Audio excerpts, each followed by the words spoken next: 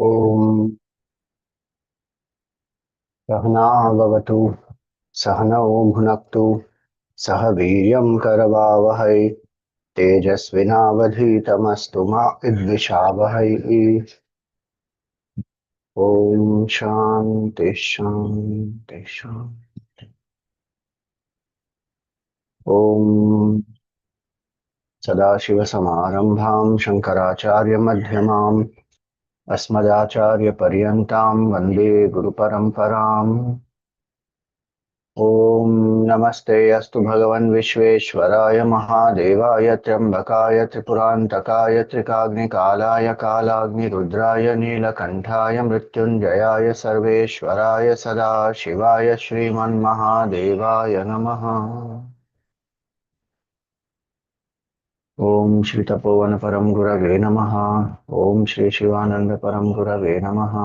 ॐ श्री चिन्मय सद्गुरवे नमः।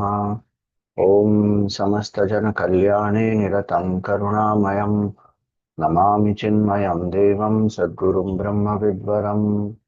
ॐ श्रीगुरुभ्यो नमः। Hari Om, salutations to all. So the third verse of Chandrashekhara Ashtakam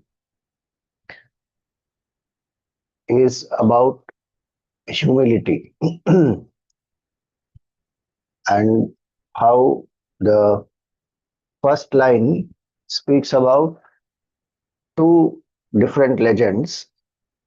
One we saw yesterday, that how Gajasura is killed by Bhagwan, and the elephant hide Bhagwan takes and he wears it as the Uttariya, as the garment to cover the top half of the body.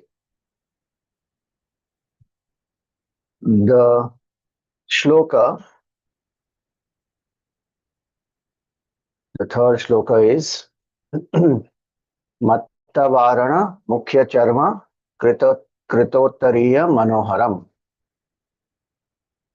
So that also has the second legend, which we will see today, and that is the legend of the rishis of Daruka-vana. So Daruka-vana is a forest where a lot of these rishis who are staying there, and they are doing a lot of tapasya in terms of rites, rituals, and they believe in karma. So they are called Mimamsakas, who believe that action is what leads to fulfillment. Their definition of moksha is go to heaven and enjoy.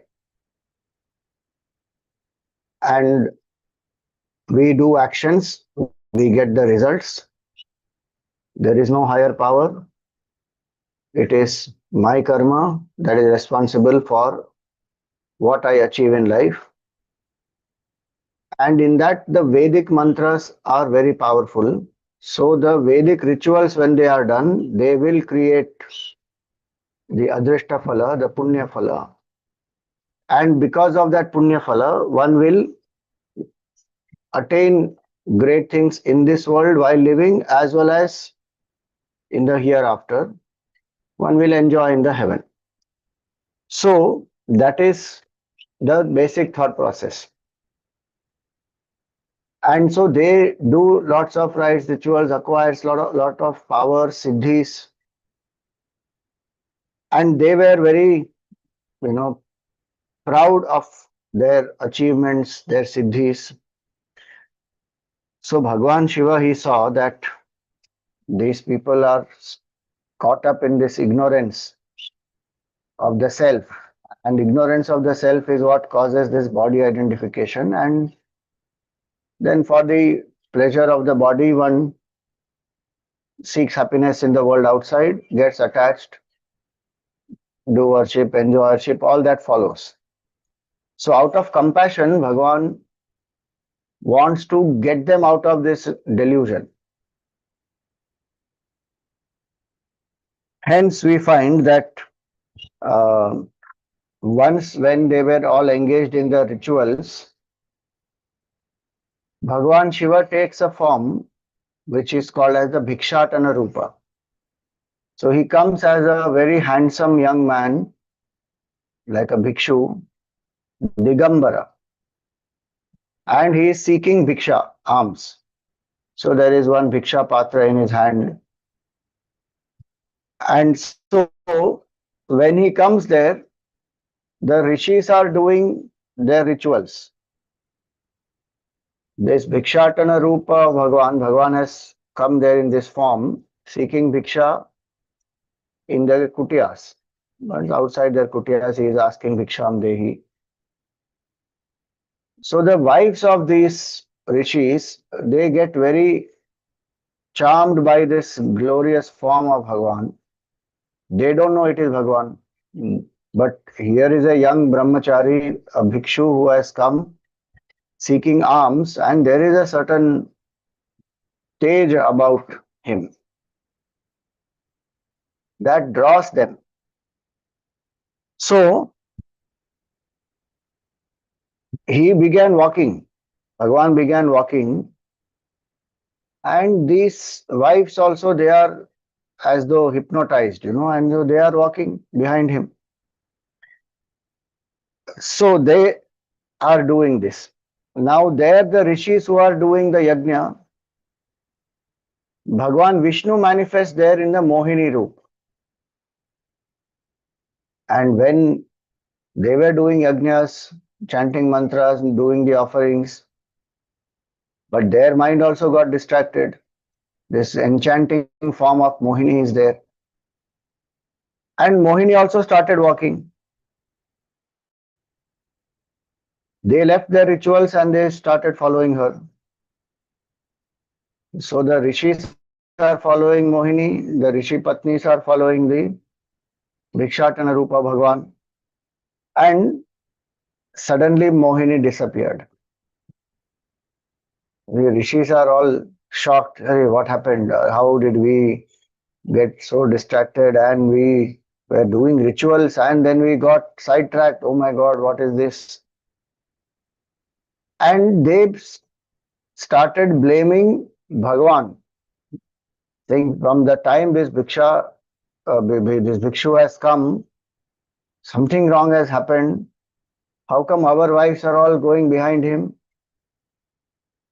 So they are very angry and they use their power, the siddhis that they have, and they create a tiger and they, you know, as though they let the tiger charge on Bhagavan. Bhagavan kills that tiger, takes that skin and makes it his asan. Then they created venomous serpents and they threw it at Bhagavan. Bhagavan gathered the serpents, coiled them around his jata. Then they created a deer and flung at him. He held the deer in his hand. Bhagavan didn't kill the deer. He just held that deer in the hand. Many of the murtis of Bhagavan, you will find one deer will be there. So that deer is a symbol of mind, restless mind. Bhagavan didn't kill. He held it steadily. Mind has to get steadied. Then they created the elephant. If none of these works, so they create one elephant, and before that they create this demon called Apasmara, and that Apasmara is symbolic of ignorance. So Bhagavan crushed him under the feet, and the elephant has been flung at Bhagavan. That elephant Bhagavan kills. Lust and passion, elephant and tiger. I mean, lust and aggression. They both have to be subdued fully. And Bhagavan makes the hide into his cloth around the waist, elephant hide. In this stotram, it is said Uttariyam. So when they do all this, when Bhagavan has done all this, these rishis, they are stunned that the ordinary person can't do all this. And so there they realize that, oh, this is none other than Bhagavan himself who has come.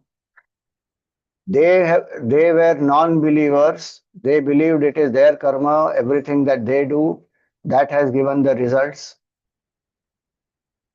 But now Bhagavan himself, he is the karma phaladata, he is the karma adhyaksha. The power to do karma comes to us because of Bhagavan's presence. Consciousness is here in the heart, enlivening the BMI. Bhagavan is the Ishvara, Srishti, he has created, he sustains, destroys. Laws of karma Bhagavan has created. The laws are functioning because of Bhagavan. And those very laws which are functioning because of Bhagavan, we use those laws, we use that logic also. And then we say, which God, what God? I don't believe in God. I am an intelligent human being. God is only a crutch that is used by the weak to blame for anything that is happening in one's life, especially when wrong things happen. Then one says it is all God's will. And so one is shifting the blame. Weak people will do that. I am in charge of my destiny. I manage my life. So that thought process completely humbled. Because none of this is supreme. Neither the karma is supreme because karma is jada. Upadeshar begins with that because this is the background story where these rishis then surrender to Bhagavan and they seek forgiveness and Bhagavan gives them jnana. So the knowledge that he gives them is that which helps them to understand the limitations of karma on one hand and also tell them, blesses them with self-knowledge that the happiness that you are seeking is permanent happiness actually and it is not found outside, it is your own swarupa. And the way to discover that is turn the mind within, reduce rajas and tamas, maximize sattva guna, surrender the ego, contemplate on that infinite consciousness and wake up to the self. That's the path. This portion, when one saint called Muruganar, he was narrating this episode of Daruka-vana. When this portion came about what Upadesha Bhagavan Shiva gave to these rishis of Daruka-vana, he approached Ramana Maharshi and Ramana Maharshi composed Upadesha Undiyar in Tamil. And that Upadesha Undiyar, then Ramana Maharshi only translated into Sanskrit. He composed in Sanskrit. That is the Upadesha Sar. Upadesha Sar begins with this: Karturajnaya prapyate phalam karma kim param karma tad jadam. That we get the results of our karma only by the grace of Bhagavan. Karturajnaya prapyate phalam. If we think karma is supreme, karma kim param? Ramana Maharshi questions that. How can action be supreme? Karma tad jadam. Karma is jada vastu. It doesn't know who is the doer. It doesn't know what will be the karma phala. How is it that every jiva gets the results of their karma? Not only in this life, but in life after life. In fact, Bhagavan Adi Shankaracharya ji, in the Kenopanishad Bhashya, he gives this as one of the reasons to prove existence of God. That if there is a system, karma, if we say law of karma is law of cause and effect, if karma is the effect, karma phala is the, if karma is the cause, karma phala is the effect. If the system is functioning, it means there has to be a system creator. A system doesn't come into play by itself. A sentient factor is very important. So that's why none of these are supreme. They have their own importance, but they are not supreme. They are all dependent. Karma is dependent on the karta. Karta is independent? No. Karta is dependent on consciousness for the capability to think, feel, and act. So karma is jada. Karma doesn't know the karta, karma doesn't know the karma phala, karma doesn't know when the karma phala will come. Karma is it's just action. Karma jada hai. It is inert. Is the karta supreme? No, karta is also not supreme. The jiva is not supreme. Jiva is dependent. If existence, consciousness, and bliss as the infinite substratum is not there, this BMI won't even exist. Are the laws supreme? No, the laws also are not supreme because the laws are created by a lawmaker. They don't come into existence on their own. So neither karma, nor the jiva, nor the uh, law of karma, none of these are supreme. All these function because of the grace of Bhagavan. So when one understands this, that not only karma is not supreme, karma causes bondage also. Ramana Maharshi says in that second verse there, Kriti mahodadhau patana karanam, phalama shashvatam gati nirodhakam. It is, karma is one endless cycle. It is like an ocean in which one is drowning. Kriti mahodadhau. It will be the cause of downfall, meaning every karma we do as a karta will create more vasanas, the seeds for future births. Because the result is temporary, it will leave a craving, and that craving, that vasana will make one desire again, either the same thing or something else. So this cycle will go on. So karma is not supreme. And one who thinks karma is supreme dedicates full time, life, work, everything to achievements, karma. No time for Bhagwan. No, no, no. Work, work, work, work, work. What will that work do? It will produce temporary result. And it has its relevance, duties, roles one has to do. But if the bhav is karma is supreme and there is no Bhagwan and there is no time for Bhagwan, there is no time for spiritual knowledge or sadhana, then one will fall. Now see the compassion of Bhagwan that he came on his own will to get these rishis out of this delusion. The rishis are denying Bhagwan. They are acting in their own pride and ego. But Bhagwan is full of compassion. He comes and he removes the delusion of these rishis. So this is the another legend. Interesting also here is there are so many lessons one can derive out of this. Literally the word Daruka, one meaning of the word Daruka is puppet. So Daruka-vana is actually also symbolic of this samsara. In this samsara, we all are puppets of Bhagwan. He is the puppeteer. But when we forget that he is the puppeteer, he controls all the strings. It is his will that happens. Then our ego comes up. Bhagwan says, and that more ego one has, more one suffers. Now see the interesting part here is Bhagwan came before these rishis go through any suffering. That is the compassion. It is not that rishis are suffering, going through some misery, some pain, some sorrow. They are doing their rites, rituals, they have attained siddhis, they want more siddhis, they want to go to heaven. They are in one flow. Bhagwan comes and interrupts that flow. So they get very angry. And they don't see that They are living in the forest, they are living in certain self-control, but their self-control is broken. Just by the physical form. The Rishi Patnis and the Rishis both are enchanted by the physical form, which means the senses are so powerful and the mind can be deluded by the senses. They are married, yet they are deluded, carried away by the form.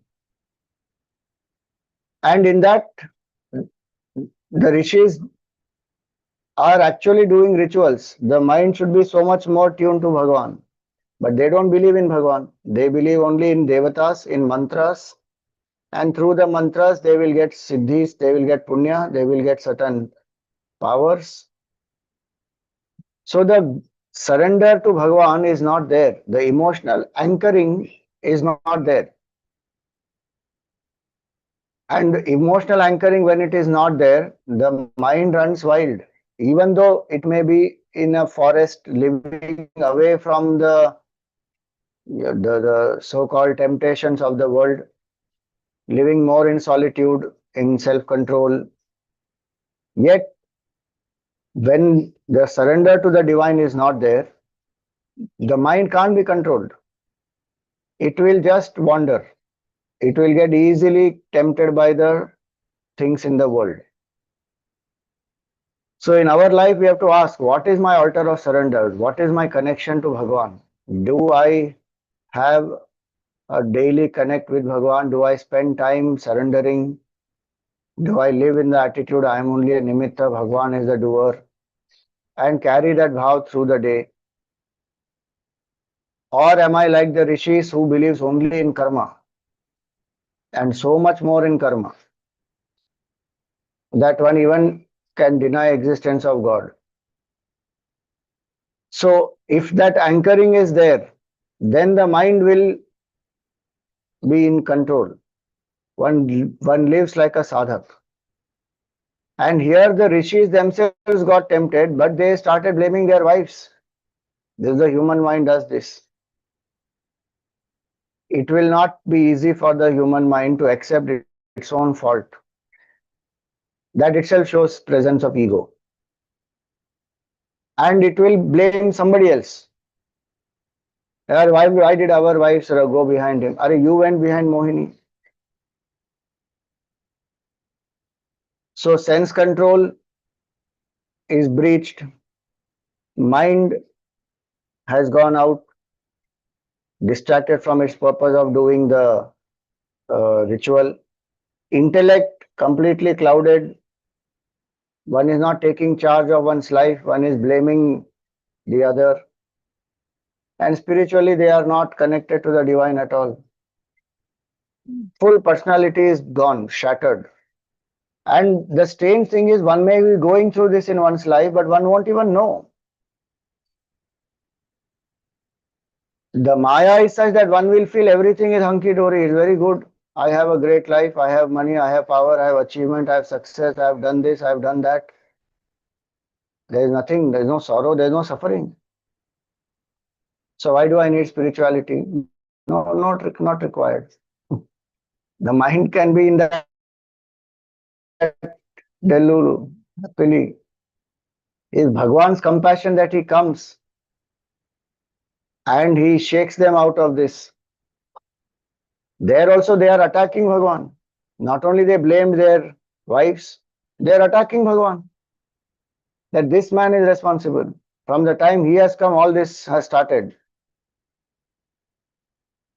If we are anchored within and if we have that humility to identify what did I do, what was anything that was lacking in my conduct, in my behavior, then we grow faster. Instead of blaming the wives, instead of blaming or attacking Bhagwan, if they had taken responsibility and first introspected, where did we go wrong? They would have understood much faster. So sometimes that ego doesn't allow us to introspect also. Straight away blame other person. and attack, accuse. Many things to learn in this. So when Bhagavan came with out of his compassion, Bhagavan came, and not only Bhagavan Shiva came, Bhagavan Vishnu also came. Both of them came. And they did nothing. The strange thing is that they did not call them to come behind them.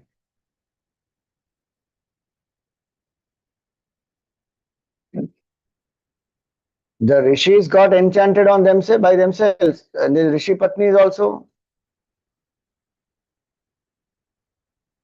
Of course, there it is Bhagwan who has come, then anybody will be enchanted by the form. But the point to make there is what? That many times the objects are not telling us, come behind us. Our mind is going because it is not anchored.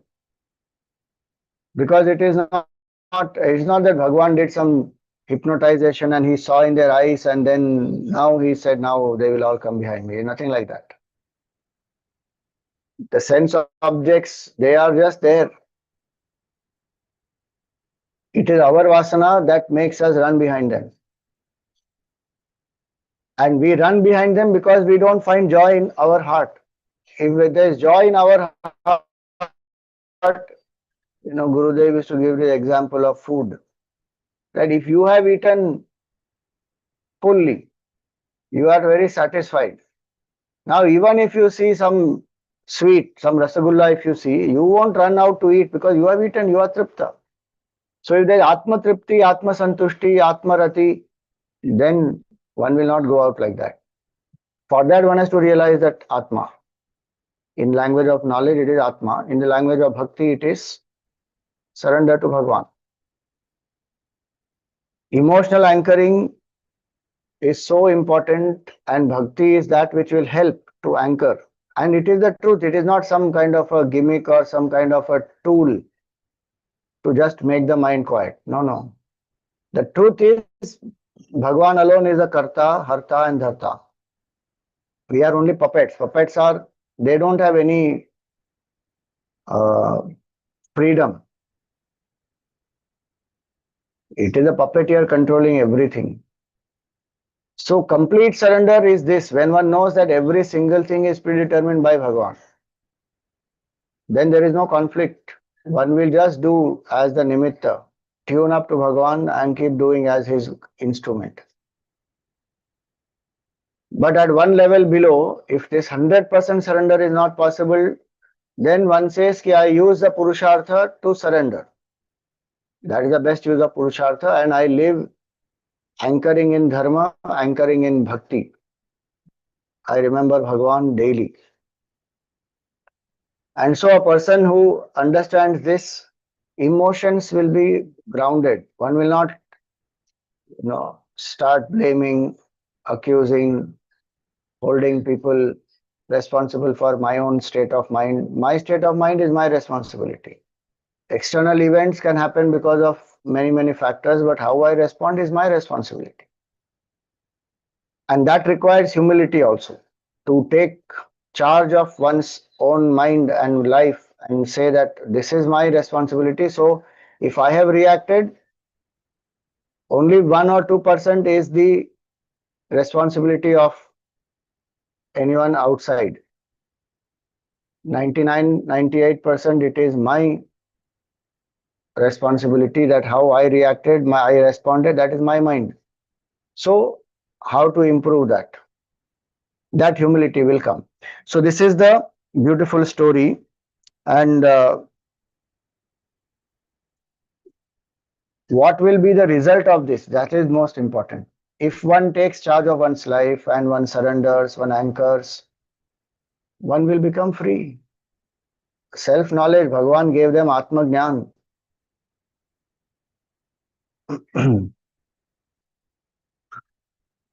And they got mukti.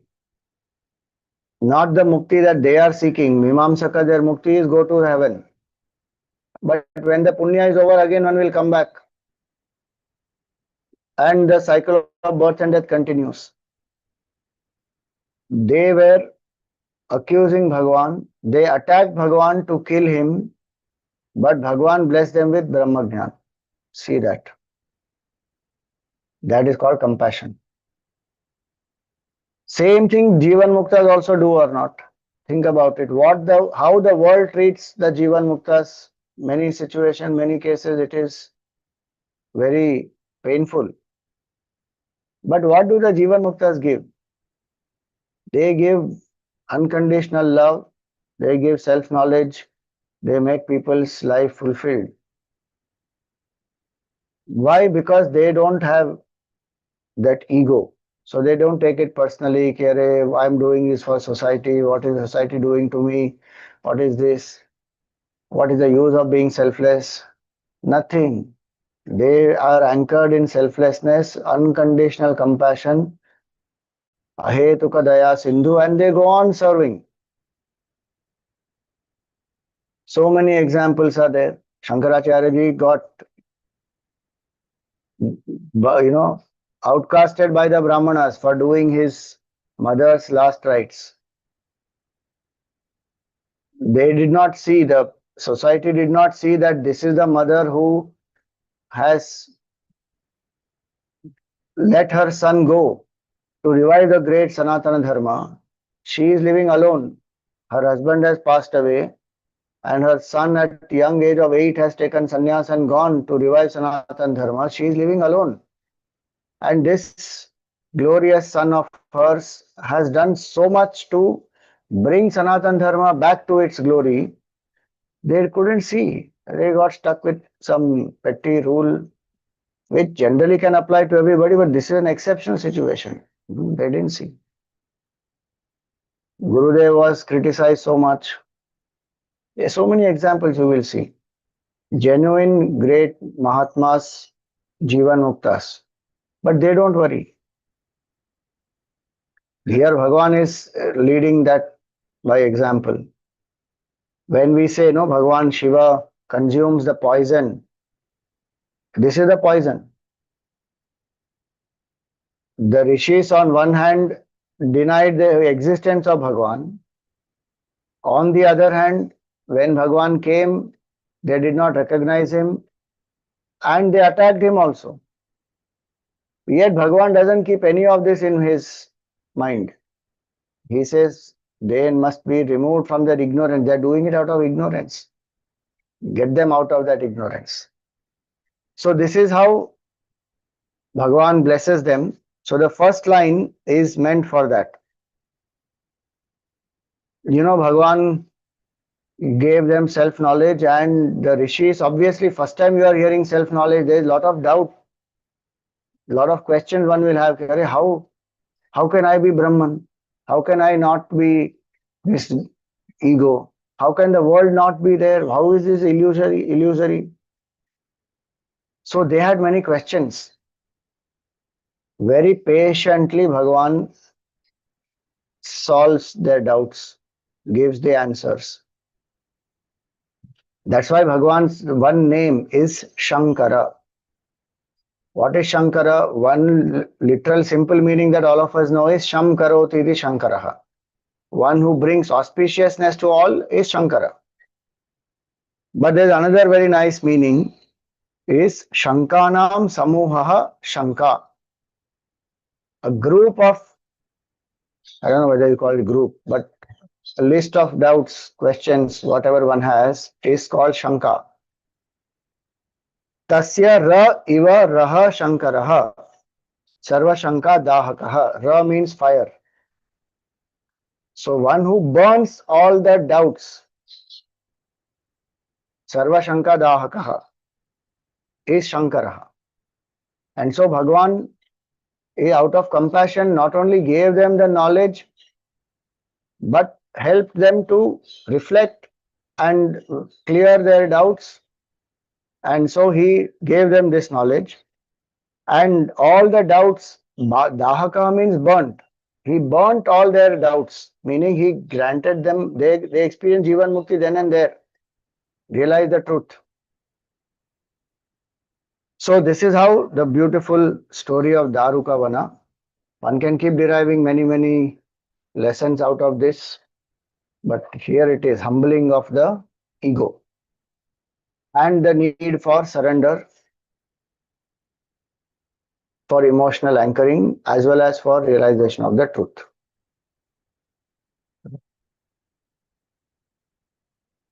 So today we will meditate on this aspect.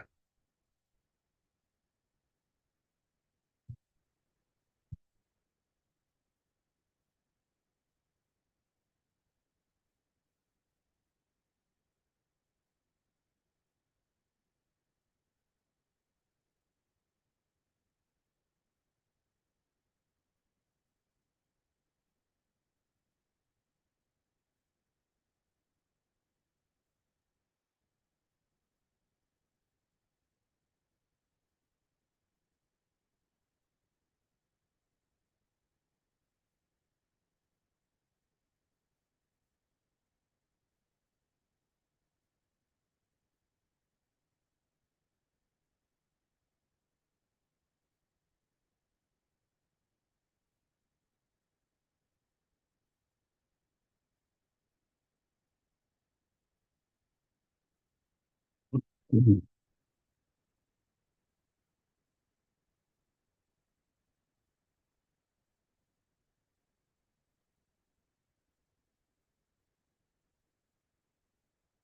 Sit erect, the head, the neck, and the spine in a straight line. Close your eyes gently. Relax the shoulders. Let your hands be in your lap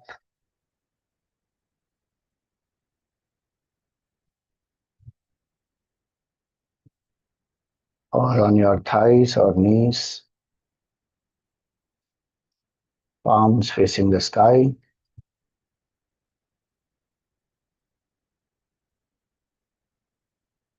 Come to a comfortable posture.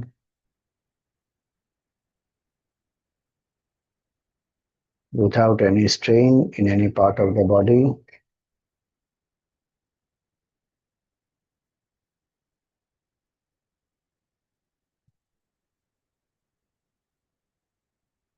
Thank Bhagavan for all the blessings as well as the challenges you have in life.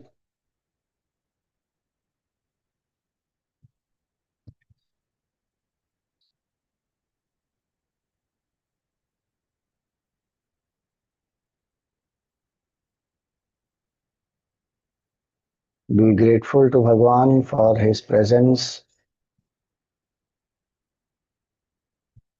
that enlivens the body, mind, and the intellect.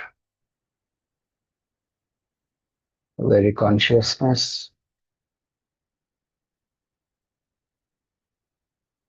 because of whom we are able to feel, think, and act.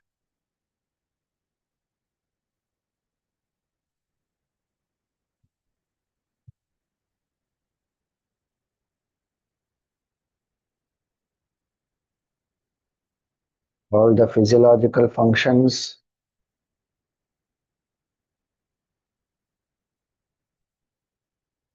that the prana is able to do are all because of Bhagavan.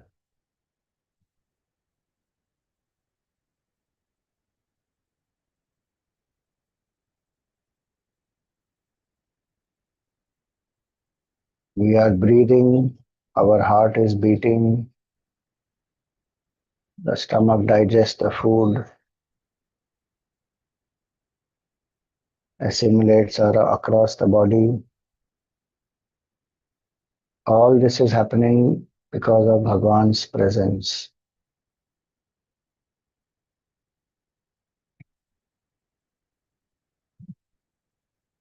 So thank Bhagavan.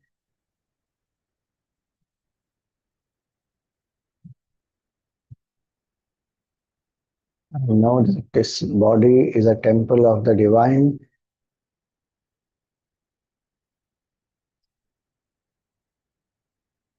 And Bhagavan is in the heart as pure consciousness. That is the sanctum.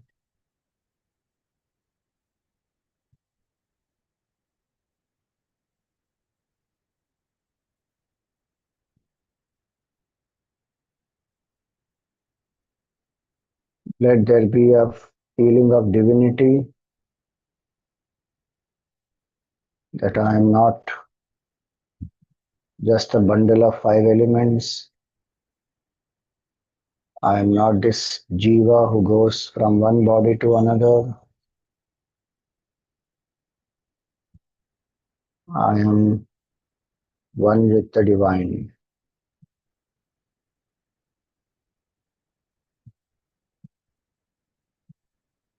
This body is a sacred equipment and instrument of the divine.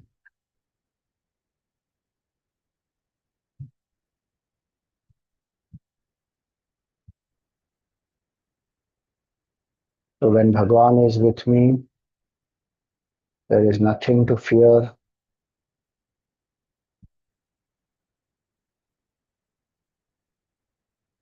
There is nothing to be anxious about.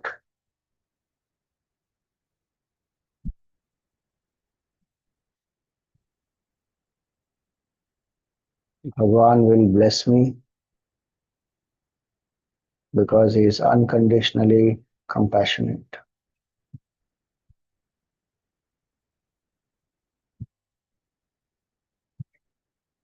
This is the first step, the posture and the preparation.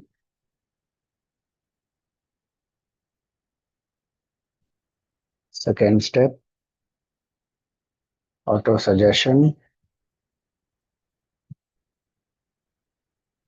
Suggest to the mind that for the next 30 minutes, I am steady and still without any movements.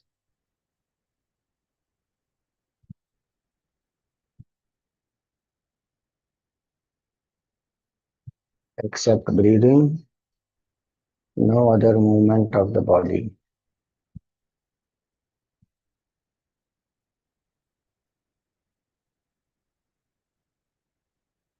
Second auto-suggestion, I am alert, awake and quiet. I am alert, awake and quiet.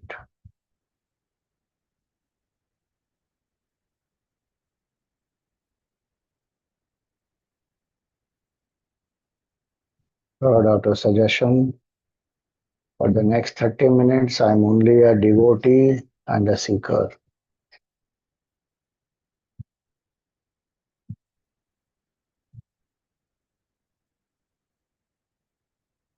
For the next 30 minutes, I am only a devotee and a seeker.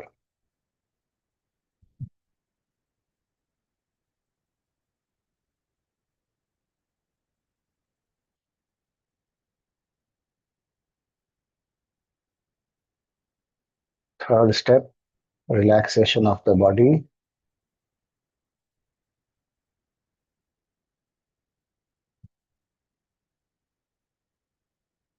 With simple, slow and steady and deep breath, we relax the body.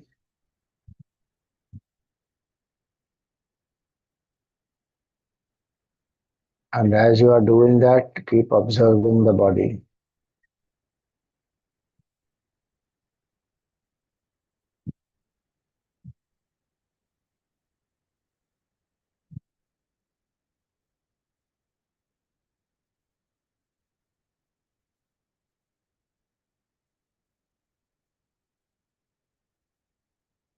As we say she, you take a slow, steady and deep breath. Mentally you can chant she. And as we say va, exhale slowly, steadily and completely. Mentally chant va.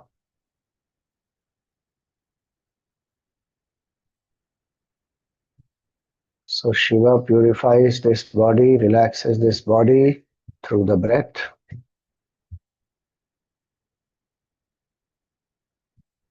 As you exhale, let go of any stress or strain in the body, as well as in the mind.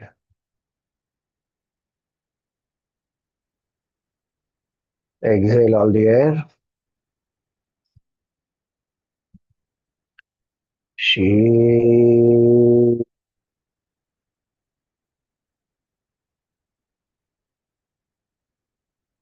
Wow.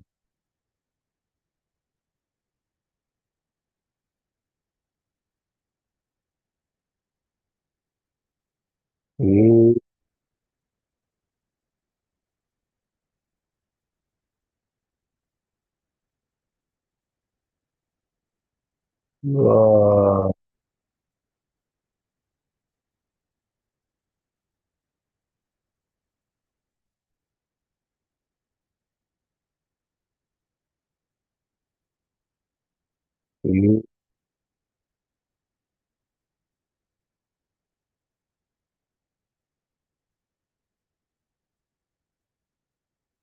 Wow.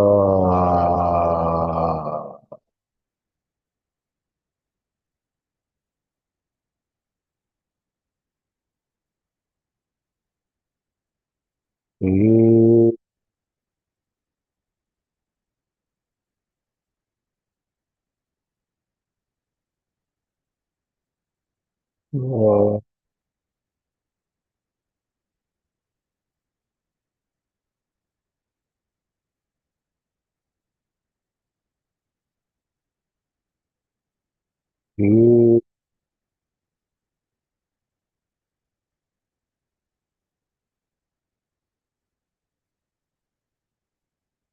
Wow.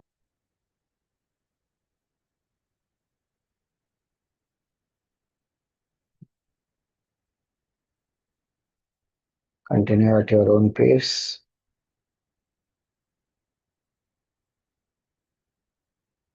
Be aware of each and every breath. That is the fourth step, breath observation.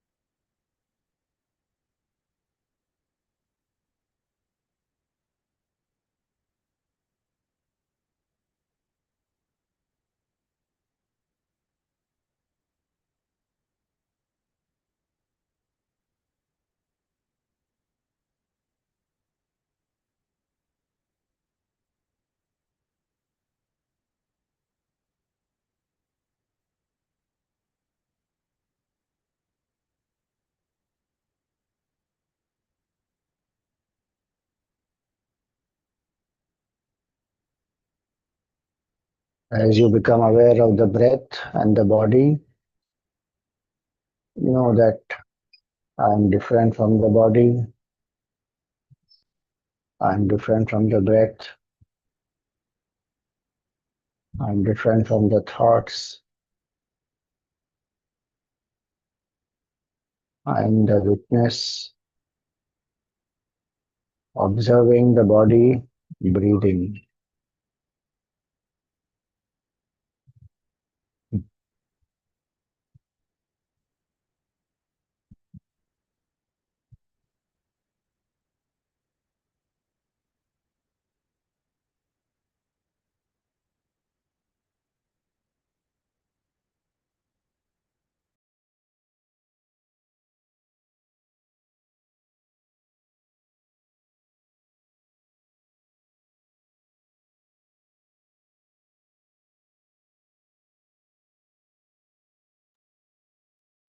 Fifth step is invocation.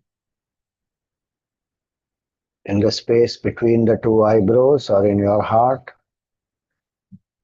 visualize a circle of white light and invoke the auspicious form of your Sadguru.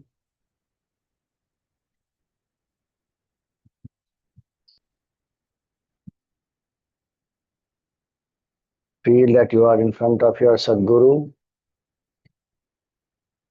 If you don't have a Sadguru, invoke Bhagavan's form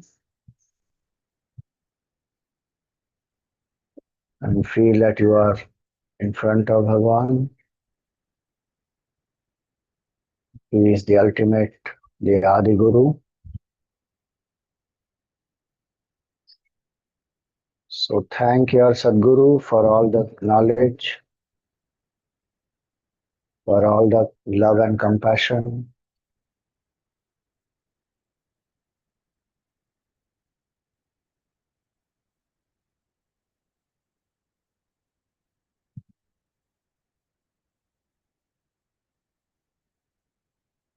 And seek the guidance of the Guru so that the mind can be steady in sadhana.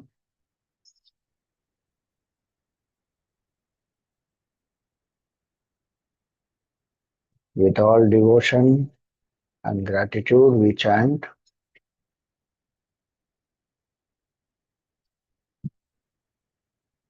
Guru Brahma Guru Vishnu Guru Devo Maheshwaraha Guru Sakshat Parabrahma Tasmai Shri Gurave Namaha.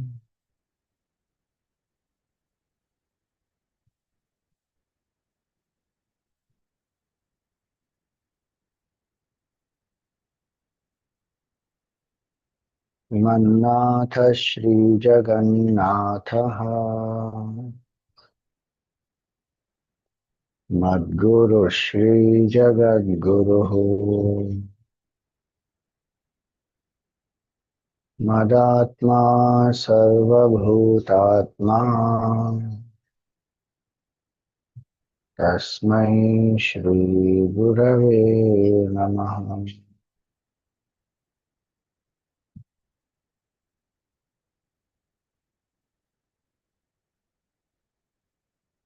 My Lord is the Lord of the universe. My Guru is the Guru of the whole universe. The Self in me is the Self in all. Salutations to the Guru who has given me this vision.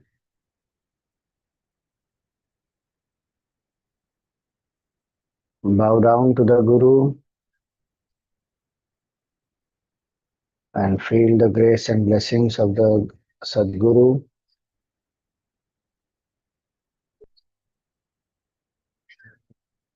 Let the form of the Sadguru dissolve in the light and invoke the auspicious form of Bhagavan.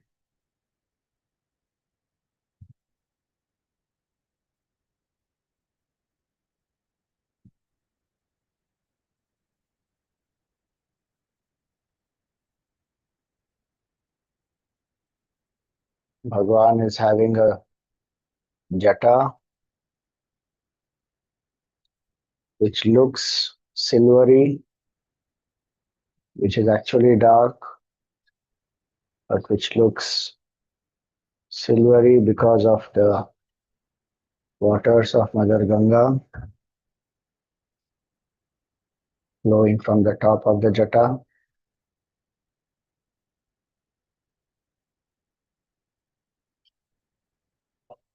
There is a crescent moon on the right side on the jata,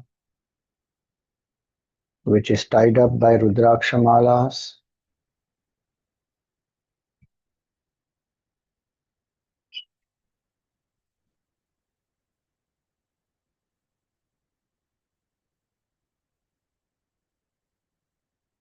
Bhagavan has applied Tripundra on his forehead. There is a third eye which is closed.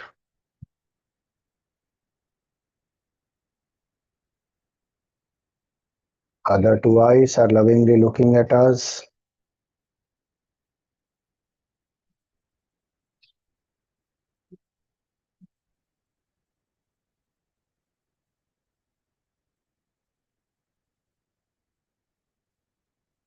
Bhagavan has a gentle smile on his face. There are earrings in his earlobes.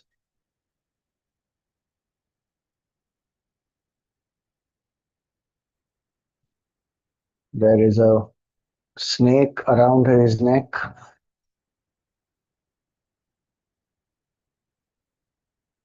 Bhagwan's neck has a blue dot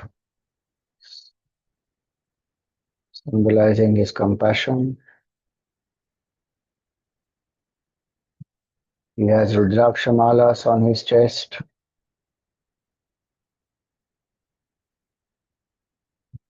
His chest is covered by the elephant hide.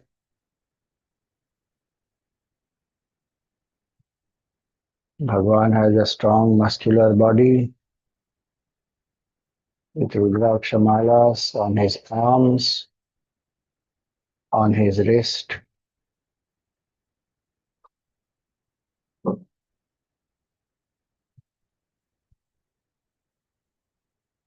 His right hand is on your head.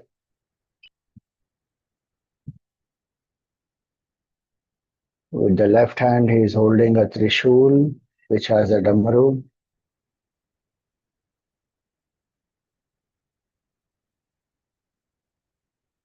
Or holding on to the Shivalinga.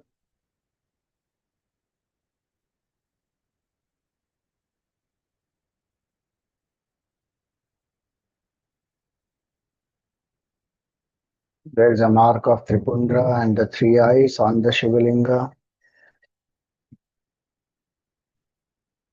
Some flowers have been offered on the Shivalinga.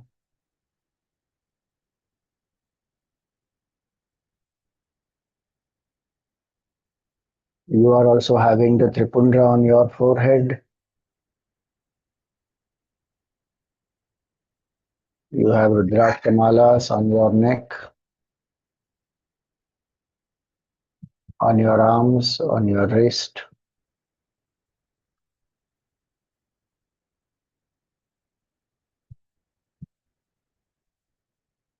Keeping this form of Bhagavan in the mind,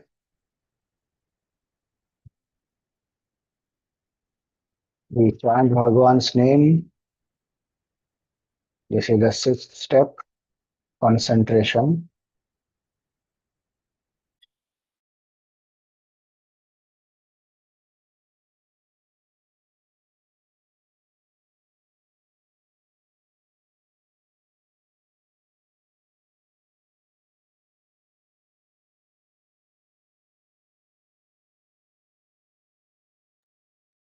We will chant Om Shankaraya Namaha. Salutations to the one who brings auspiciousness to us and who destroys our doubts, blessing us with self-knowledge.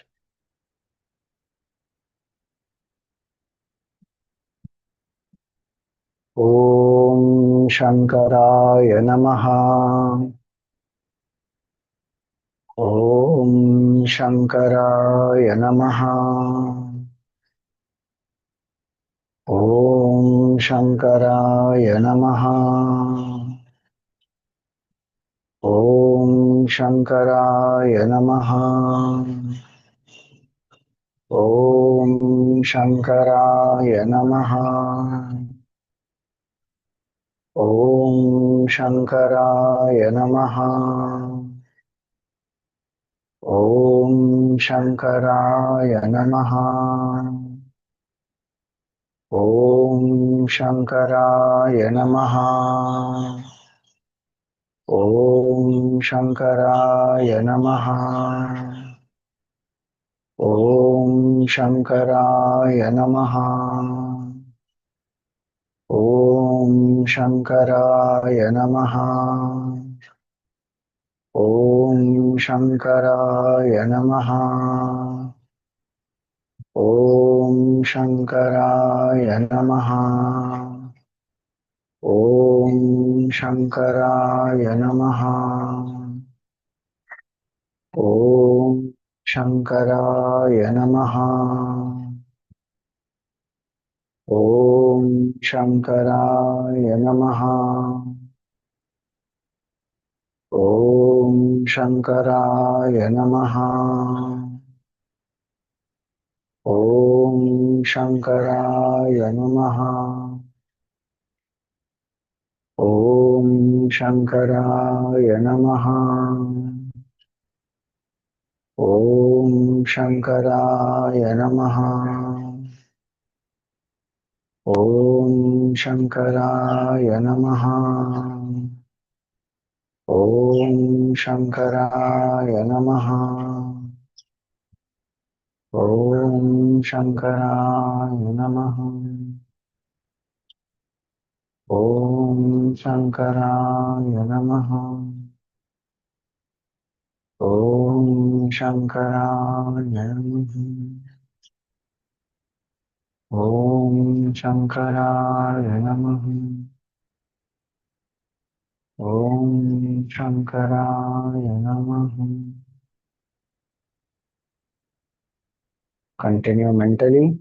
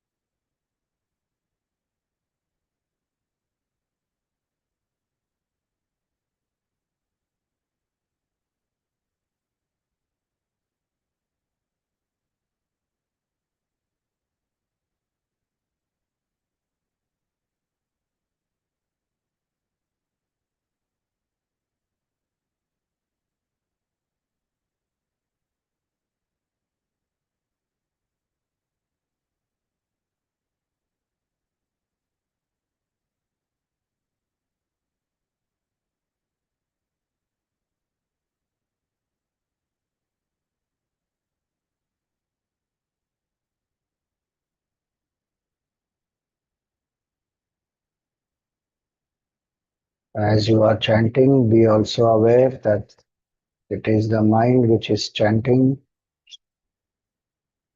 I am the witness of it.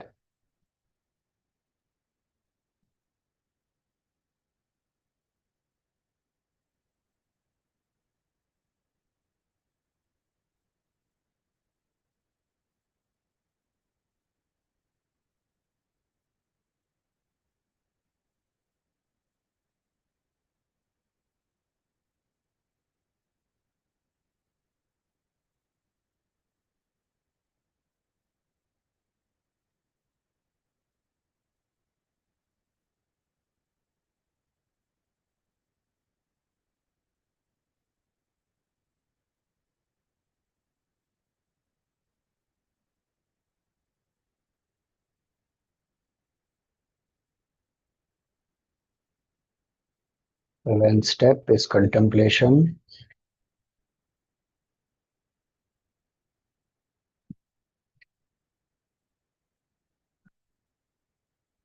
Mattavaranamokhyacharmakritottariyamanoharam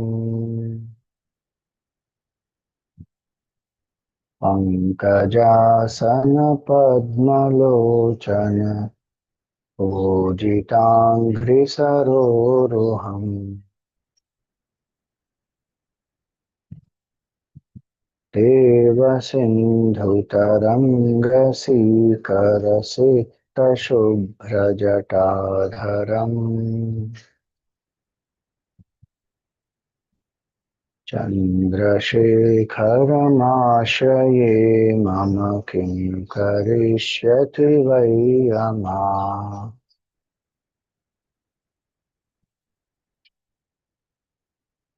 Chandrasekhara Chandrasekhara Chandrasekhara pahi mam Chandrasekhara Chandrasekhara Chandrasekhara Rakshamam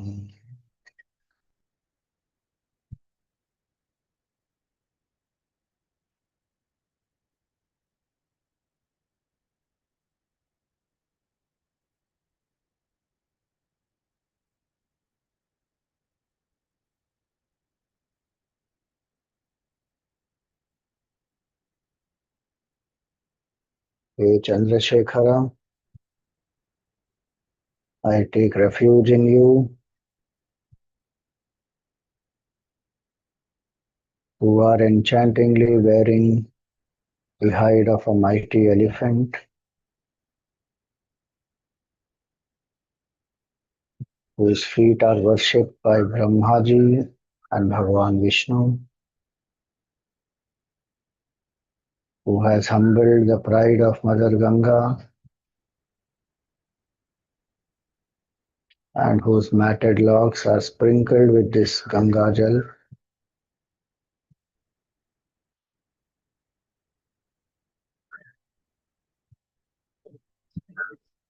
Please help me to surrender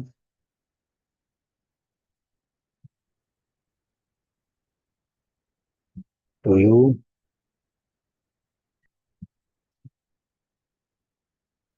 May I recognize that you alone are the Karta, you are the Karma Dhyaksha, you are the Karma Phaladata. You are the doer, you are the enlivener, and you are the giver of the fruits of action.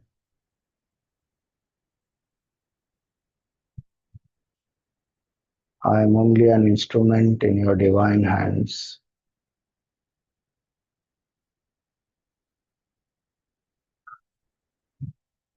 Everything that I do, may I do with this awareness that you alone are the doer.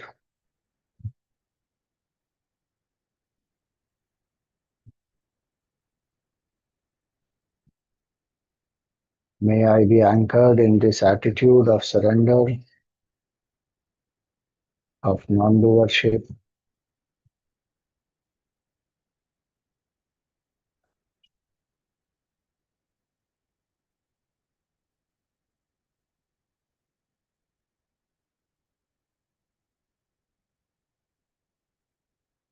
May I use all my powers of thinking, feeling, and acting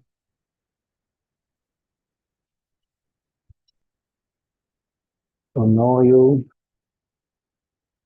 to love you, and to serve you.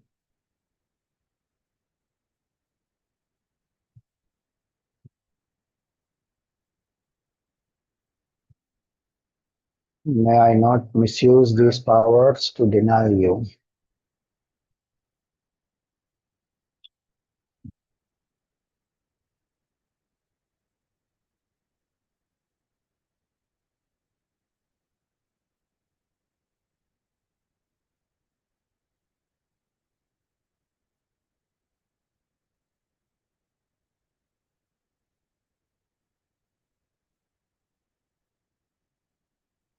May I not blame anybody,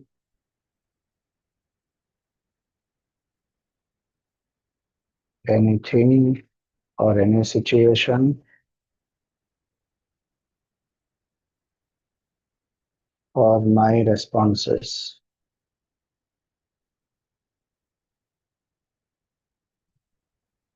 Help me to take charge of life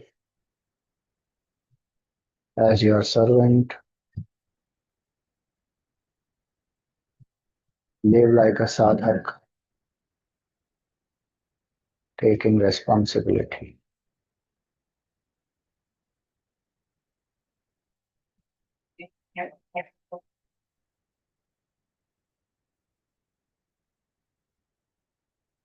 You are an ocean of compassion.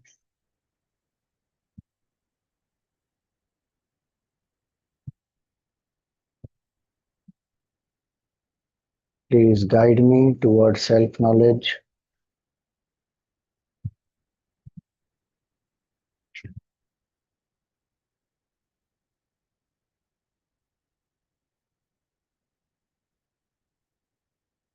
Please help me to drop my attachment to action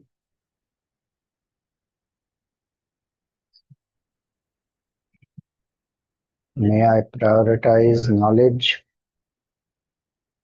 reflection, contemplation.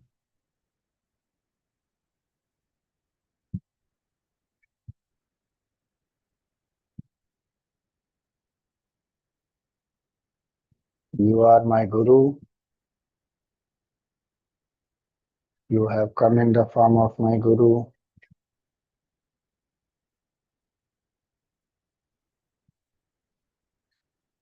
Please give me the Atma Jnana Upadesha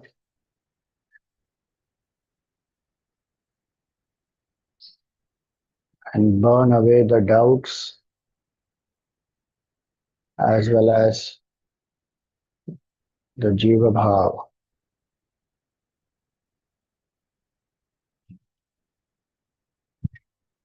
You are the most auspicious Shankara.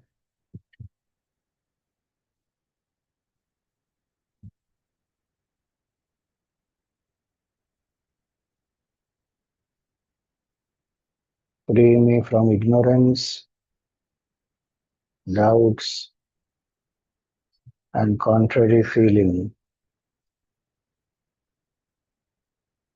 that I am a Jiva.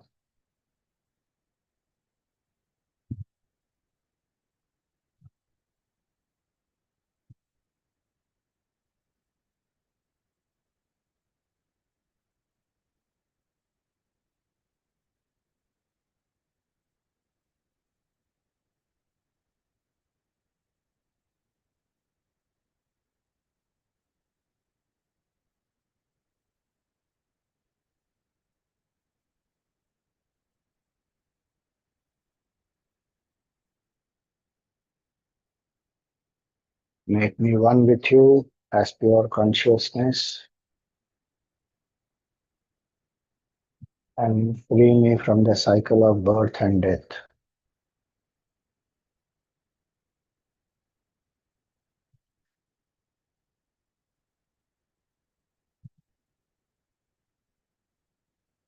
May all my actions be guided with this surrender to you,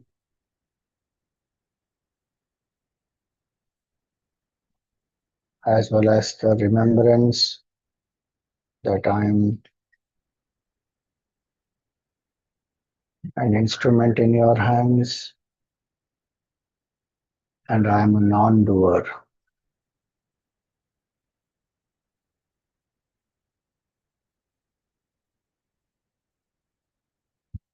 Action is only to purify the mind. It is not the goal of life.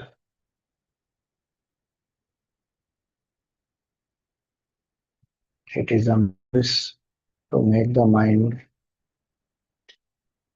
surrendered.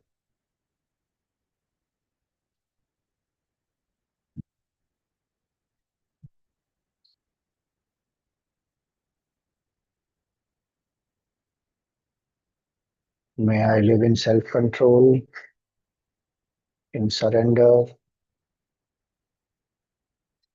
and in steady contemplation on the self.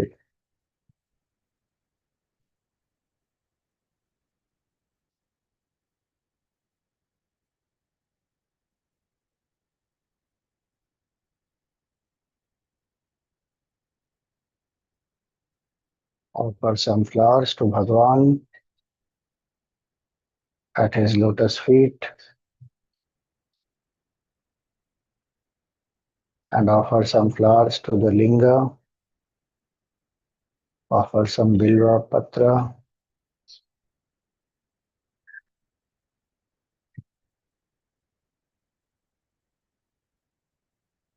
Form a pradakshina of Bhagavan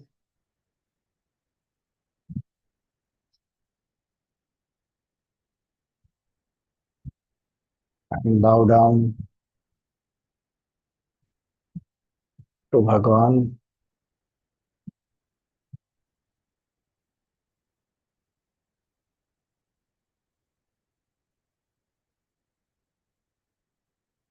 Feel the grace and blessings of Bhagavan pervading your entire being.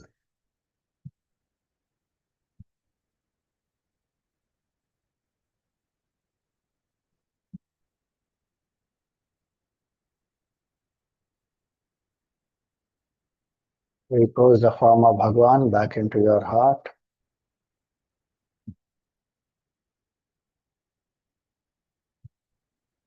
Be aware of your breath.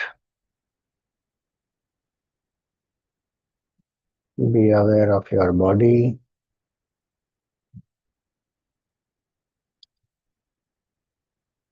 Be aware of the happenings around you.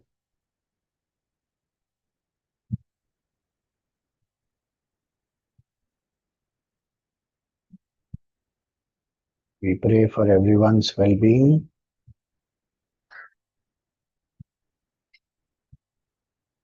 Om Sarve Bhavantu Sukhinah. Sarve Santu Niramayah. Sarve Bhadrani Pashyantu. मा कश्चित् दुःखभाग् भवेत्। ॐ असतो मा सद्गमय तमसो मा ज्योतिर्गमय मृत्योर्मा अमृतं गमय। ॐ पूर्णमदः पूर्णमिदं पूर्णात् पूर्णमुदच्यते पूर्णस्य पूर्णमादाय पूर्णमेवावशिष्यते। ॐ शान्ति शान्ति शान्तिः। हरिः ओम्। श्रीगुरुभ्यो नमः। हरिः ओम्। Rub your palms, place them on the face, and gently open the eyes.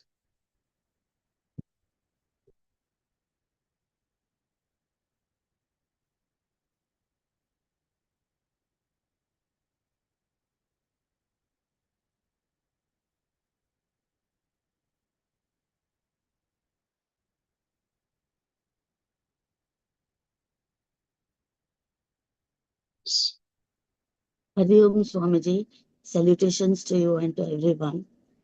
Today's session was very beautiful, Swamiji. My question is, why is Bhagwan Shiva's matted hair white in color?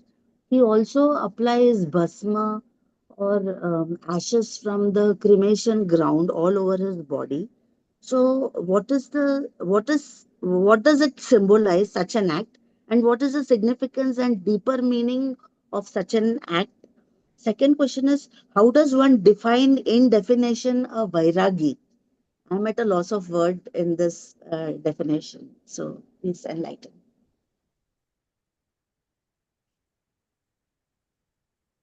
I had explained the first question. You have to go and refer to the talk. On the whole satsang has happened on why Bhasma, what is the significance of Bhasma, 2-3 days back.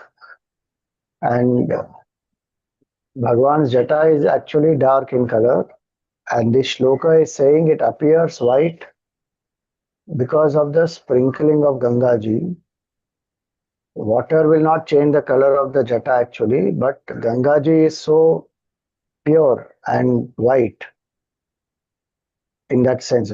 Water again has no color, but the depiction is such that the color is white of Gangaji. And so it appears that the jata also is white.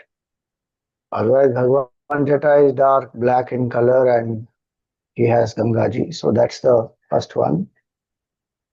Second, Vairagi is somebody who has no craving for sense enjoyments.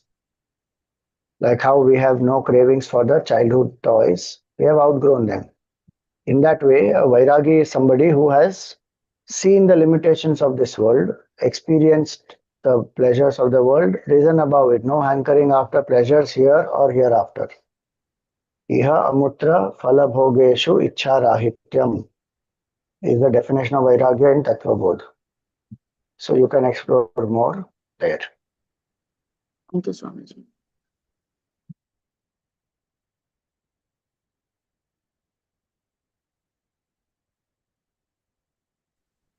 Hari Om Swamiji, Pranam Swamiji.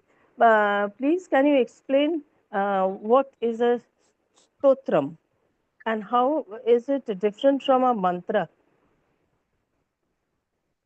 So stuti, the word stotram comes from stu means to praise. So stotram is where we glorify Bhagavan or we praise Bhagavan or we reflect on his glorious qualities, his leelas. Essentially, it is to praise the infinite, stotram. And it is a compilation of shlokas written by some great saint or a poet or a devotee. It is a human composition. Mantra is a revelation by Yes, Bhagwan to the rishis who are quiet, who are clear. yes, Mantras are used for japa. Mantras yes, are found in the Veda. And mantras are the etymology of mantra, manute, the dhatu is man. So mantra literally means by reflecting upon which one crosses over the realm of ignorance. So manana trayate iti mantra, that which will protect the person who chants it. yes. So that's why mantras are Veda mantras. Generally we refer to mantra only for Veda or for, we say for japa when we do, then we say Pauranic mantra. Like Om Namo Bhagavate Vasudevaya, Shri Krishna Sharanam Mama, that way. Those are Pauranic mantras or Vedic mantras. So that's the difference. Shloka, Stotram and mantra. Thank you, Swamiji. Very well explained. Pranam Swamiji. Hari Om Swamiji. Om Shanti Shanti Shanti. Harihi Om Shri Guru Bhyo Namaha. Harihi Om.